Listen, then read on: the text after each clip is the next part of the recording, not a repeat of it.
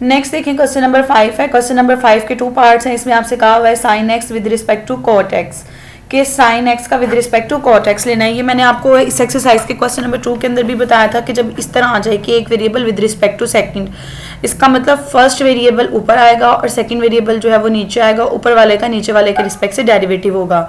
क्योंकि y जो आपके पास है साइन एक्स वो डिपेंड कर रहा है कोट एक्स के ऊपर, तो आपके पास जो चीज़ इंडिपेंडेंट होती है आप उसके रिस्पेक्ट से डेरिवेटिव लेते हो। तो आप लेट जब भी कभी ऐसी सिचुएशन होगी दोनों का आपने कोई ना कोई नेम दे देना है। लेट से आप साइन को नेम दे दें y का, कोट को दे दें आप नेम u का।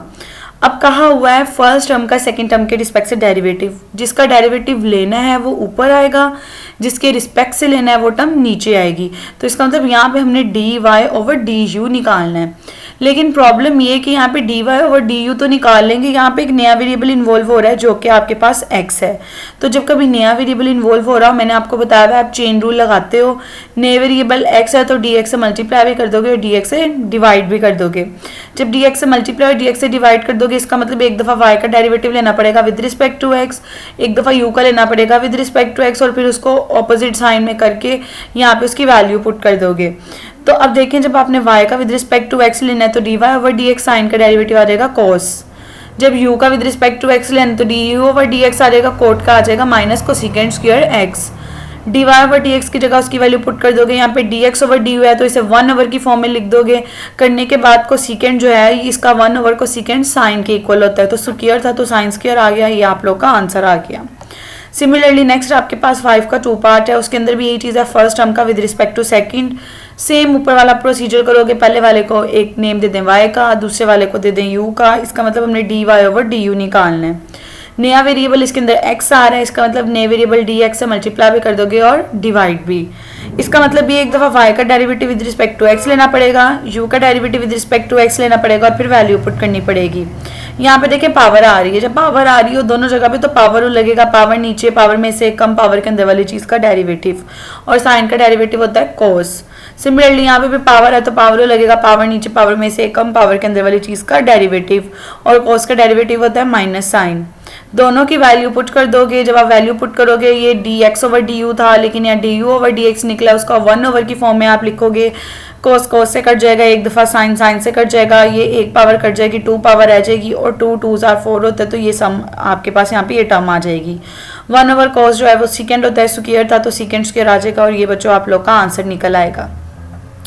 इसके बाद नेक्स्ट आपके पास क्वेश्चन नंबर 6 है। ये इंपॉर्टेंट क्वेश्चन है। क्वेश्चन नंबर 6 यहाँ पे आपसे कहा हुआ है कि tan y into 1 plus tan x equals to 1 minus tan x है। tan x है तो आपने शो करना है dy बाई dx जो है वो -1 के इक्वल आता है। अब इसको करने के लिए सबसे पहले तो आप देखें हमने यहाँ पे ये शो करवाना है कि y का derivative with respect to x जो है वो -1 है। हम क्या करेंगे, y वाली टर्म को एक तरफ कर लेते हैं, x वाली टर्म को एक तरफ कर लेते हैं और फिर उस पर डेरिवेटिव का फॉर्मूला अप्लाई करते हैं। सबसे पहले सोल्यूशन में आपने एज इट इज सारी टर्म लिखी, देखें यहाँ पे x इन्वॉल्व हो रहा है और यहाँ पे इस फैक्टर के साथ भी x इन्वॉल्व हो रहा है। ये चीज़ यहाँ मल्टीप्लाई और ये वहाँ जाके हो जाएगी डिवाइड। अब देखें एक तरफ ये x वाली टर्म्स है, एक तरफ ये y वाली टर्म्स है। आपको पता है कि tan 45 डिग्री पे है जो 1 आंसर देता है। मैं यहाँ पे ये फॉर्मूला बनाना चाह रही हूँ tan अल्फा माइनस बीटा का। tan alpha minus beta equal होता है tan alpha minus tan beta 1 plus tan alpha tan beta.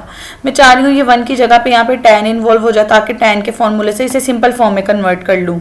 तो देखिए ये आपको पता है कि tan 45 डिग्री पे या पाई बाय 4 पे 1 आंसर देते तो मैं जहाँ पे 1 आ रहा है उसकी जगह पाई बाय 4 लिख सकती हूँ tan के साथ। इसी तरह यहाँ पे भी मैं फॉर्मूला बनाना चाह रही हूँ, यहाँ पे 2 की प्रोडक्ट होती है इसलिए मैं यहाँ पे भी लिख दूंगी tan पाई बाय 4।